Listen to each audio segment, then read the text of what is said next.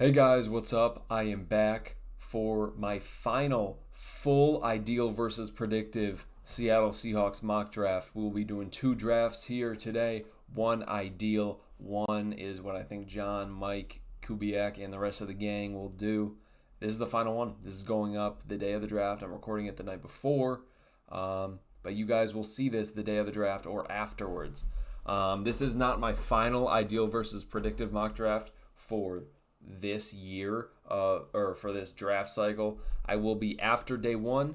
I'll be uploading a video where I finish the Seahawks draft doing an ideal versus predictive, and then after day two I will do the same thing. So make sure to tune into that. But let's get right into this. We are winding down the days until the draft. I got 1 day right now. I mean, an hour, 24 hours from now. It is 8 p.m. right now when I'm recording this. 8 p.m. Eastern time. 8 p.m. right now when I'm recording this. 24 hours from now, the draft is starting. That is crazy to me. But let's get into this. Enough about that. This is easy for me. Will Johnson is on the board. Yes, Kenneth Grant could be an option. We just released Cam Young, who was already our backup nose tackle. And we did just say that Brady Russell was our fullback, which I hate. But yeah, Kenneth Grant is absolutely an option. But if Will Johnson falls to us here, I think he is just best player available. He's my number one player in this class. Dealt with some injury stuff, which has dropped him significantly.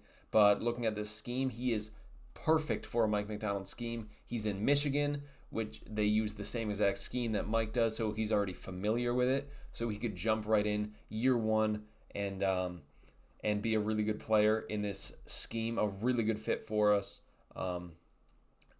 Reek Woolen and Josh Jobe are free agents next offseason, and I'm not too impressed with how Reek Woolen has played recently. I think he's very lazy, and he's not lived up to his potential, not at all. Hopefully he can turn it around this season if we don't trade him during the draft. But Will Johnson is going to be my pick here. This is a no-brainer for me. I almost misclicked and took Luther Burden, but Will Johnson is the grab here. And now here we are sitting on the board, and Alec Iomaner is here. Tyleik Williams is very, very fun. If he falls to us, I would love him at nose tackle. He's got a good size for it, so I think he would work out there. Savone Revel is fun, but we already took a corner. We don't need him. You could look at offensive line here, which is probably the route I will go because Jonah Savaiania is still on the board, which I don't think he will be here, but he is absolutely an option. Let's look also at tight end. Mason Taylor is off the board, which is too bad. That is really too bad. I like Mason Taylor a lot. But Jonah Savaiania is going to be my pick here. We desperately need offensive line. We need to address that in the first three picks, I think. We need to adjust that left guard spot. I think Savaiania can come in and be our starting left guard this season, which really helps us a lot. Could move over to right guard if we needed him to. Could also swing over to tackle. He has experience at that. Doesn't really have the length for it, but as an emergency swing tackle, I think he could do that. Looking at Savaiania as our future left guard, I like that. I really like that. Or you could, move him to right guard next season if you're able to get a left guard that you like a little bit better. But otherwise, either way, he provides flexibility on the offensive line. I think he's great for this team. Jonas Savaiania is my pick there. And here we are with Alec Iomaner sitting right here. He is a first rounder on my board. He really is. He's a great big-bodied boundary receiver, and I would love to get him as our future wide receiver 1, maybe wide receiver 2 if we were to get another big-bodied guy. I think he would thrive in kind of that Chris Godwin role as that wide receiver 2. He would be an elite wide receiver 2, but even if he's not in that 2 role, I think he's a really good wide receiver 1. Alec Iomaner is going to be the pick here. We traded away DK Metcalf. We need that number 1 for the future. We have JSN in the slot.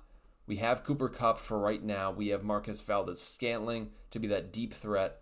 We don't have anyone for the future that's not a slot receiver. So Alec Iomena is going to be our future wide receiver 1 here, and I really like him. I really like this pick. Alec Iomena is the way I'm going to go. Now here at 82, we could double dip at offensive line with Marcus Bowe. We could look at Savaiania. I could just do that. We could look at Savaiania as our left guard and then have Marcus Bowe come in as our center or right guard. Could also look at Jared Wilson to be our center. I don't think he's a year 1 starter the way that Bowe would be. Jared Wilson is more of a developmental guy, so you'd keep him for 1 season and then have him go, which would be fine. I'm fine with taking a step back this season and developing him. Could also look at Terrence Ferguson. I think he'd be a fun tight end. We do need a tight end because Brady Russell moved to fullback. No, because Noah Fant isn't good. We have A.J. Barner and then Eric Saubert. So I'm looking desperately at getting a tight end in this draft. Could also look at nose tackle. Jamari Caldwell is fun. Savion Jones is a really good big-bodied power edge to get. I think he's perfect to sit behind DeMarcus Lawrence. But I think Marcus Bowe is the route that I'm going to go here. Jonas Savaiania is going to be our franchise left guard, and Marcus Bowe could be our franchise right guard or center. I think this is a really good pick here and really good value at 82. Now we are sitting on the board at 92. Jared Wilson is still here. That's not accurate, I don't think. And this is tough for me. I am deciding between Savion Jones and Jamari Caldwell. I am. We don't have a nose tackle on the roster right now. So nose tackle is a much bigger need. I think at this point we probably have to throw 2 picks at nose tackle, or at least draft a nose tackle and then pick up a UDFA nose tackle. There is, at pick 137, I could grab a Tyler Barron or a Tyler Batty, and I think those are really good guys that are about 70% of what Savion Jones is. So that is something I could look at. I think the depth at edge is much better than nose tackle. I think after Jamari Caldwell, it kind of drops off. So I'm going to go with Jamari Caldwell here to be our nose tackle, most likely. Let's also look. Torrey Horton is someone that's fun. Gunnar Helm is really good value here at pick 92. Would be great to get that receiving tight end to take over after Noah Fant leaves next season. And I definitely think he could improve on his blocking. I think that is something he could do. Whereas Noah Fant is just kind of limited to what he has there. So yeah, I think Jamari Caldwell is going to be the guy I go with here. He could be our nose tackle, and then maybe we get a guy in UDFA to be our backup. Now sitting here at 137, Sebastian Castro is on the board. I don't think I'd take him this early. Not for us anyway. Aeneas Peebles, not needed. He's Kalijah Cansey light. Brashard Smith is someone I actually really like. If he was there at 172, I would grab him, no questions asked. But I think this is a bit rich for him. But he does have a lot of good traits, especially as a receiver. We could look at Jordan Hancock to be our backup nickel. I think this is too early for him. But there is an Ohio State guy who I would love to take here, and that is Denzel Burke. Like I said, we could address cornerback. Even if we do take a corner in Will Johnson in the first, we could definitely address it later on as well. I think Denzel Burke is a really good depth guy with some upside. I think he has starter upside. He could be a starter in this league. Job and Woolen are free agents next season. So we don't have depth at that position really. Even with Will Johnson, we got Will Enrique as our starter with Spoon in the nickel. And then we have Job and Nehemiah Pritchett as our backups. Job is a good backup. He is. Pritchett, not so much. Get Denzel Burke to be another backup who could potentially start next season in that cornerback 3 role. I like Denzel Burke here at pick 137. Could also look at Quincy Riley, who could play a bit of safety as well, but he is a bit more of a developmental guy. I think Denzel Burke, if you do need him to step in this season, he could. We could also look around at maybe Logan Brown to be a backup right tackle with some upside to take over for Abe Lucas next season, because I don't think Abe Lucas is going to be here. But Logan Brown is really good. I really like him in terms of upside at that position. Emory Jones Jr., if he's still here, which I don't think he will be, he probably goes before our pick at 92, honestly. So I'm not going to take him there. Chase Lunn is another high upside right tackle that I like here. Mitchell Evans is someone that is really fun. Will Dissly type, could be a good blocking tight end. But I am going to go with Denzel Burke here. I know it might seem a bit rich for Denzel Burke, but I like him. I took him in the first midway through the college football season. And then he had a terrible game. But I think Denzel Burke is absolutely worth this. He is in the early 4th on my board. I really like Denzel Burke. He had one really, really terrible game, but the rest of his season was good. And he got dinged massively because of that game. I think he made up for it. I'm going to take Denzel Burke here, and I think he could be a solid starter in this league. And now at 172, look who fell to us. Mitchell Evans. I was considering taking him at 137, but he falls here to 172. We're able to get a really good blocking tight end, a really, really good blocking tight end, which helps. We have Noah Fant for his receiving ability. We have A.J. Barner, who turned into actually quite a surprising receiver and a good blocker. And we have Mitchell Evans, who is kind of our pure blocking guy, like a Will Dissly. Mitchell Evans is the easy pick here for me. And now, there are a few different routes I could go here. If a Johnny Cornelius is still on the board, this is the route I'm going to go. I would consider taking him in the 4th to move inside to guard if we needed him to. But as a tackle, this could be really fun. I don't think he necessarily fits our scheme, but at this point, it's probably best player available. Tyler Barron as well.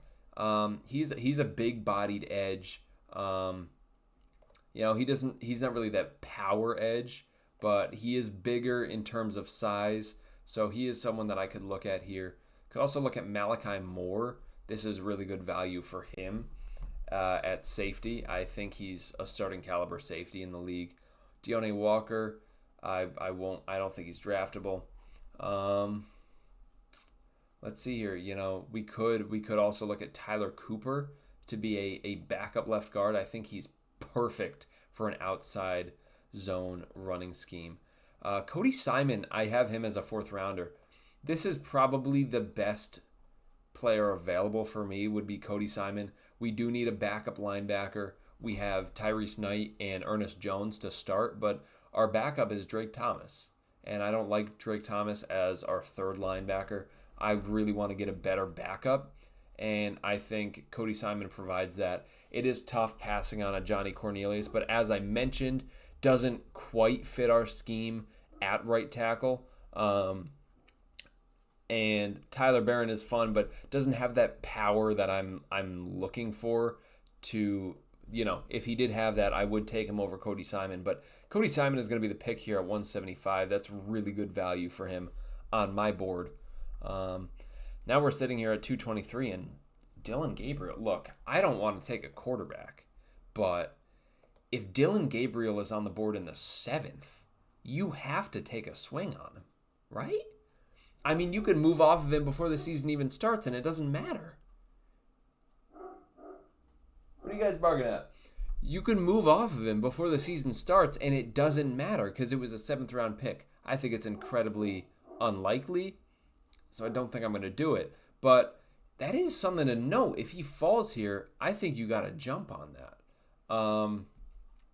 Hunter Wohler, I would consider here. Some good depth at safety, which we do need depth at safety. And Andy's a really good special teamer.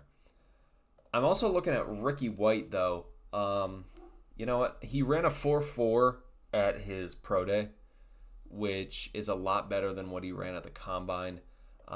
I've really liked Ricky White. Looking at his tape, I think he's really fun. and he is a really, really good special teamer. Really, really good. I think he has like 6 or 7 blocked punts. You know what? Ricky White is going to be my pick here. Get some depth, some more depth at the wide receiver position. Get a really good special teamer, maybe even a returner. So I like Ricky White here at pick 223. I think that's good value. And Dylan Gabriel did go off the board. That is fine. Now here, maybe we dip into safety. Could also dip into the defensive line. You know, Eric Gregory and Joe Evans is actually someone I like at nose tackle. Joe Evans is just a really big-bodied guy.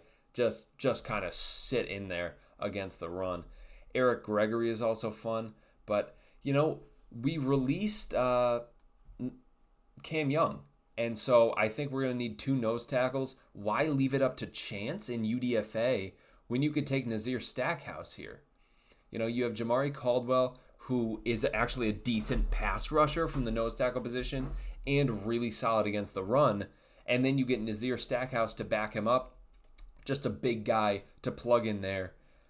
I like this a lot. I'm going to take Nazir Stackhouse. We get 2 nose tackles in this draft, but I'm actually very happy with that.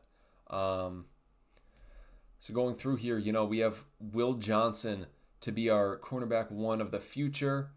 Play opposite Reek Woolen his first year.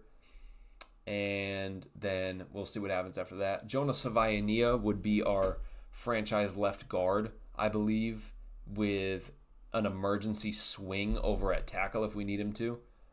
Alec Iomaner would be our future franchise wide receiver 1. I don't know how much playing time he would get year 1 with all the short-term deals we have on wide receivers now, but I like him for the future. Marcus Bowe would be our potentially starting right guard, could compete at center, but either way, a developmental guy that doesn't necessarily have to start year 1. I don't know why my dogs are barking.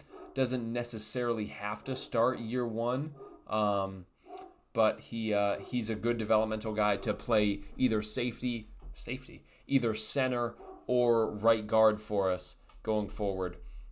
Jamari Caldwell, immediate starting nose tackle, good pass rush from the nose tackle spot, allows Byron Murphy to play at his natural position, which I really like, and he's good against the run. He's just a very solid overall true nose tackle to get in the late 3rd here.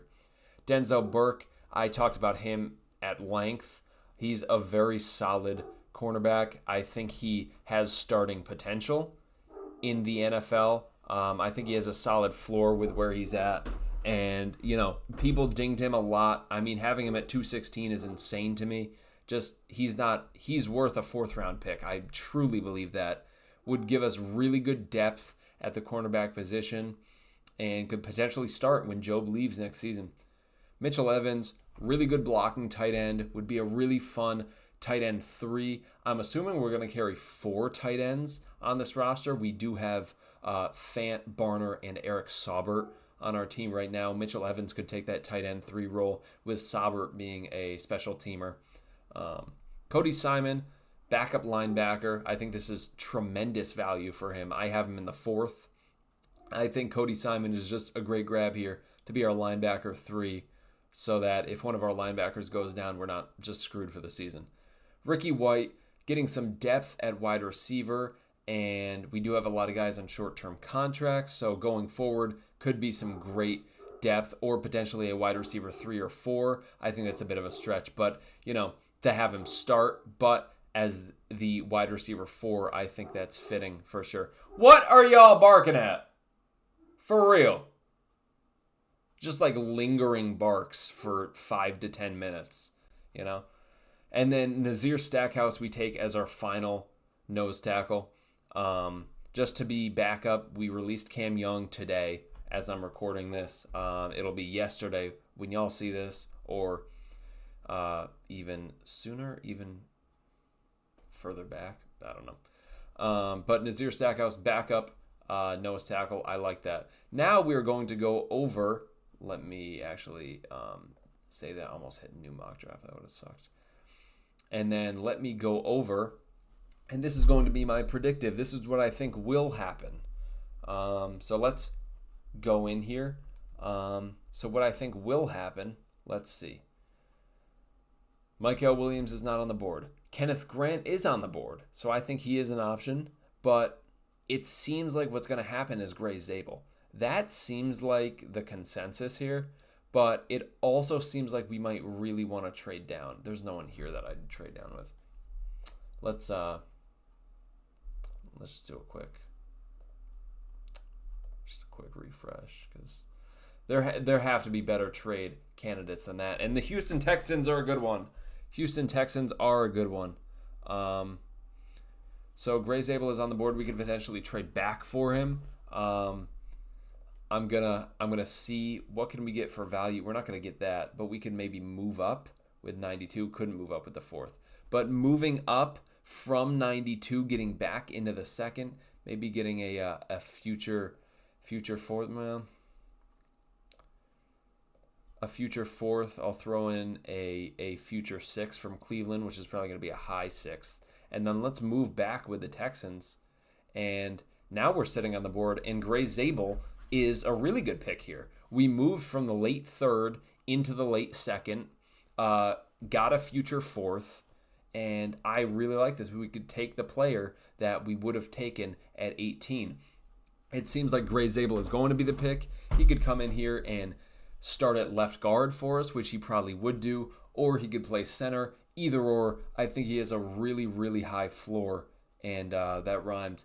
But this is going to be the pick. It seems like that is the consensus for the Seahawks right now. And so now we are on the board at pick 50. And I think this is where the best player available kicks in.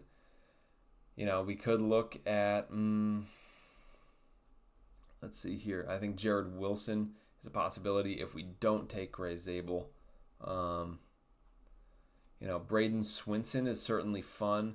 I just don't know. We need a big-bodied power edge. You know what I mean?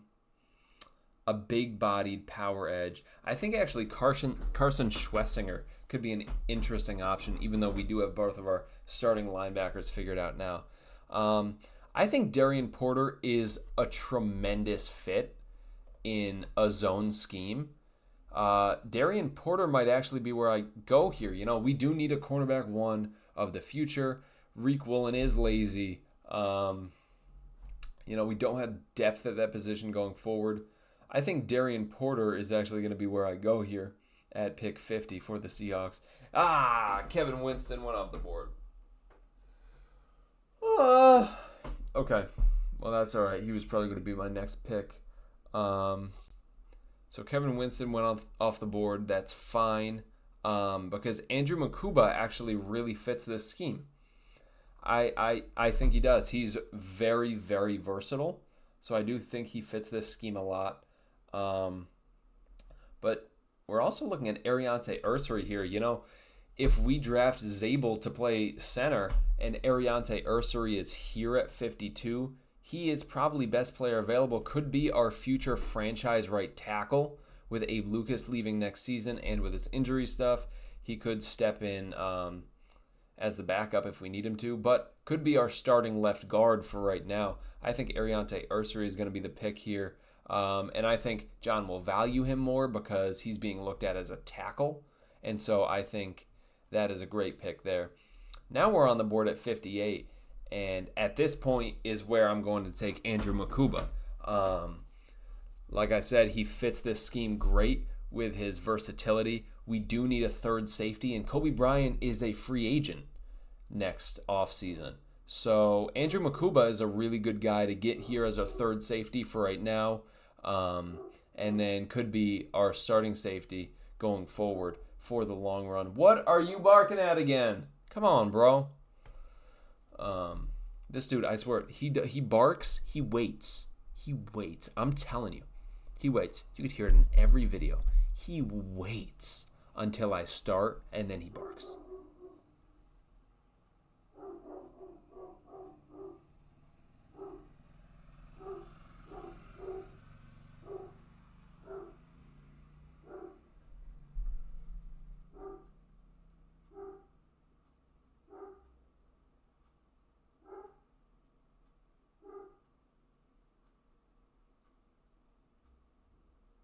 Anyway, we're on the board at pick 82. We've already addressed offensive line.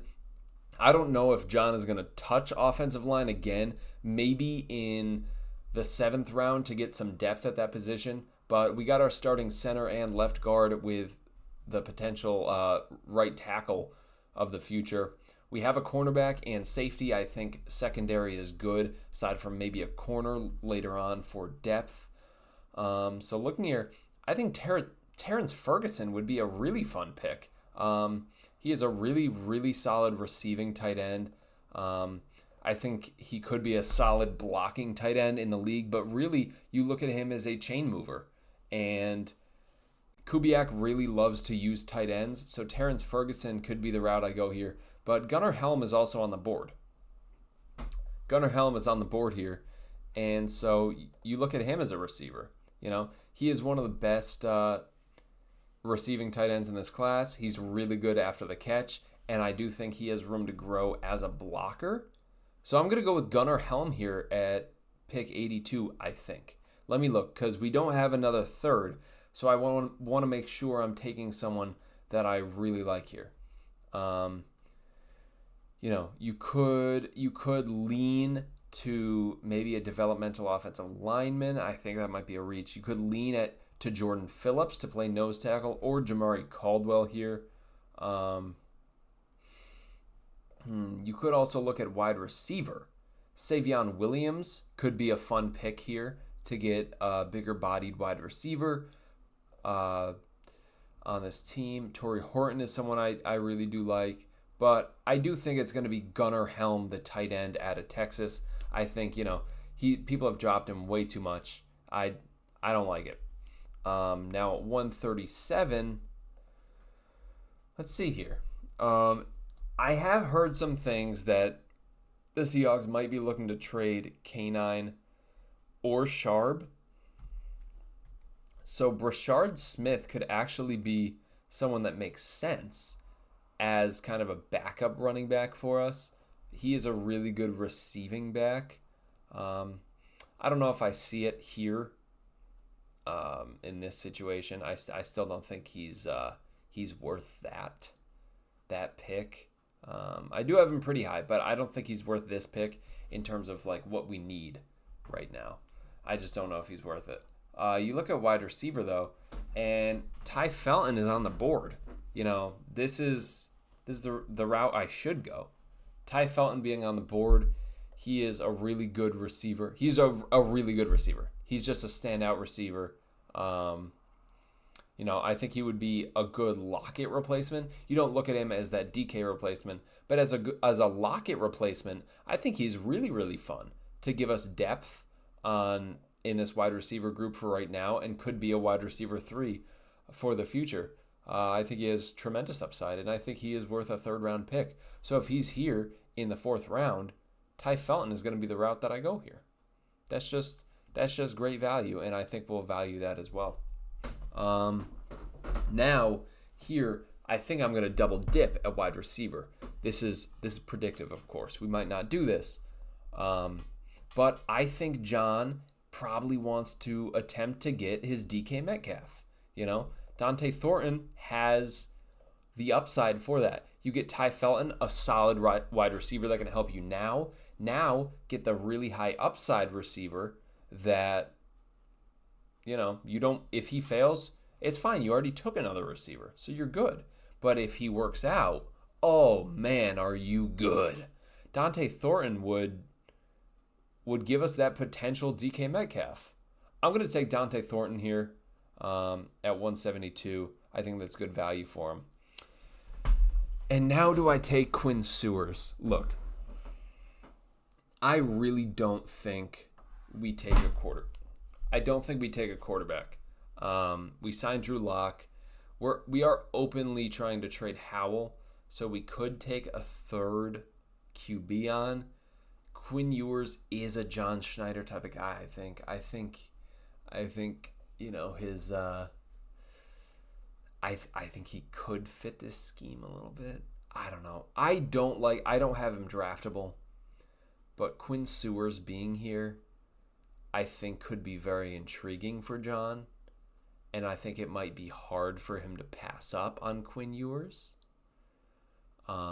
We have leaned very heavy on offense so far in this draft, but I'm going to go back to QB. I think this is too good of value for John, and we have Drew Lock on a very cheap 2-year deal. So now we are sitting here in the 7th, not having addressed defensive line at all. Here is where he's gonna go towards the need aspect, and Zeke Biggers is sure he is a fun nose tackle for sure. But is he the route that we're gonna go? I don't know. I think Eric Gregory. Jesus. I think Eric Gregory is probably the most likely guy here for us to go to get that nose tackle. I don't know if we value the position, honestly. I think we might just be looking to stick Byron Murphy back in nose tackle and just get a young backup. Thor Griffith is also fun. I think I'm actually going to go with Thor Griffith here to be that nose tackle pick for us. Just to be our backup. I think we'll stuff Byron Murphy back in the nose tackle role. And then, we could look at running back. Could look at backup linebacker here. I think actually Kane Medrano. I don't like him as a linebacker. I think Drake Thomas is better than him as a linebacker. But look at his athleticism. He's one of the most athletic linebackers in this class. I think he's the fastest linebacker in this class. So he could play a little bit of safety if you needed him to. But he's just going to be a really, really good special teamer with his speed and athleticism. I'm going to go with Kane Medrano here at pick 234. Give us some depth at linebacker, but mainly to be just a really good special teamer. So now let's sit here, look at this draft. We did get a future 4th, which I like. But we traded back. We got our future franchise center. I like that. We got our cornerback of the future, franchise cornerback, with Reek and Joe being free agents next season. Ariante Ursary, potential franchise right tackle, but could play left guard right now if we needed him to. Andrew Makuba would be our 3rd safety, with the potential to be our starting safety once Kobe Bryant, or if Kobe Bryant leaves next offseason. Gunnar Helm would probably be our tight end 3 right now currently, but he could develop a little bit and become a better blocker, and I think he does have tight end 1 potential. I think he does have the potential to jump ahead of A.J. Barner. Now, Ty Felton is just a solid wide receiver, would be wide receiver 3 or 4 on this current roster, but I think he would definitely slide into that 3 role going forward without MVS being here and without Cooper Kupp. Dante Thornton Jr., just high upside, very low floor, but high upside receiver. You could take a chance on him because you did take Ty Felton. So Dante Thornton was the route I went. Just a high upside guy. You could take the chance on him. It's a lottery ticket pick. It's the 5th round. Quinn Sewers took in the 5th. I think he's someone that John would value here this late in the 5th. I don't have him draftable. I don't. Just like when I tried to watch tape on literally any offensive player on Texas, including Gunnar Helm, all that stands out to you is how bad Quinn Ewers is. Every single time I try to watch tape from anyone on the offensive side of the ball for Texas, I just always get distracted by Quinn Ewers' arm. He's so bad. He's so inaccurate. He makes such terrible decisions. But really the only thing going for him is his arm power, And I think John could value that. I don't know. John's going to take him there just as QB3, just a flyer. Again, it's a 5th round pick, so it's a flyer, so it's not terrible. But Thor Griffith here would be our backup nose tackle, with Byron Murphy being forced to live out his painful career in the nose tackle role. I think that's more likely than us drafting a nose tackle, honestly, early. But I hope they prove me wrong. I really do. But Thor Griffith is just a depth nose tackle there. And Kane Medrano, a depth linebacker, but would be a really, really good and fun special teamer with his athleticism. So that's going to do it for the final ideal versus predictive 7-round mock drafts. This is my predictive. This is my ideal. I hope you guys enjoyed, and I will see you guys later on for the first round of the draft. See y'all. Peace.